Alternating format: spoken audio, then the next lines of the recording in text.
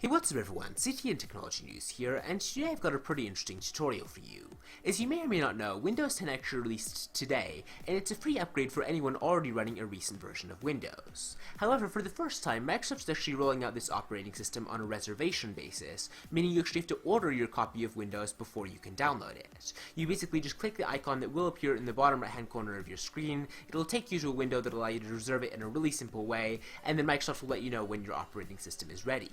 But for people who don't want to wait to get Windows 10, there is also an option that you can actually use to get the operating system right now. Now before I go any further, I do just want to stress that this won't work for a clean installation. You do already need to have a version of Windows installed, but if you do have a version of Windows and you've already reserved this software, this should work fine. So the first step is going to be to go to this website. I'll provide the link to it in the description below. This is Microsoft's page for downloading Windows 10, and it allows you to download it in advance. So you actually have to download the tool to install it first, so I'm going to download the 64-bit version, which corresponds to my version of Windows, but if you do have a 32-bit machine, you can download the 32-bit version as well.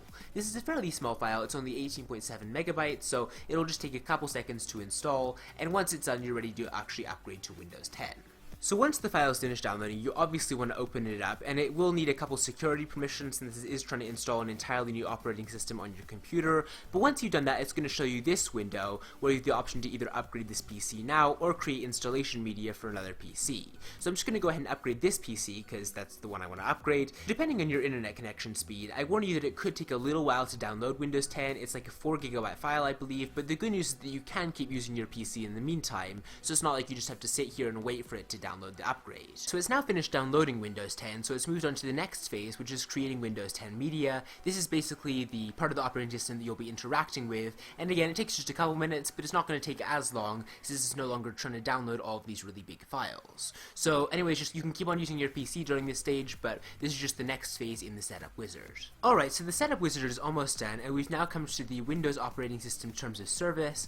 This is pretty much just the standard Windows terms of service that you'll have to agree if you use any Microsoft operating system, and you can be one of those really weird people who actually looks over this, or you can just scroll to the bottom and hit accept, and that's just what I'm going to do for right now. So now it's just bringing me to this next window, which is getting updates.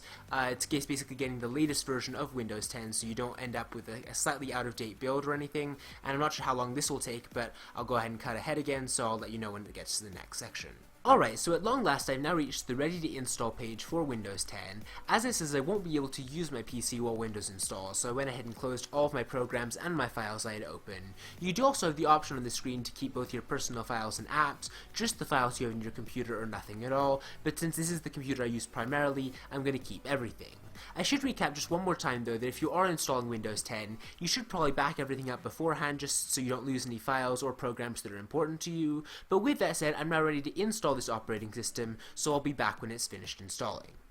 Alright, so Windows 10 is now finally running on my PC, and I warn you this actually was a really long and complicated process. There were actually some driver issues with the computer I was using that weren't actually compatible with Windows 10, so I was getting an error that caused my computer to keep crashing every couple of seconds, but I've finally gotten it worked out, and it's now actually running on my computer. So just a warning if you are installing Windows 10 for the first time, this is still a very early version of the operating system, and Microsoft and its hardware partners are still trying to iron out some of the glitches with it, but again, it is actually a pretty cool upgrade, so I will be doing a review on this very soon. In the meantime, go ahead and give this video a thumbs up if you enjoyed it.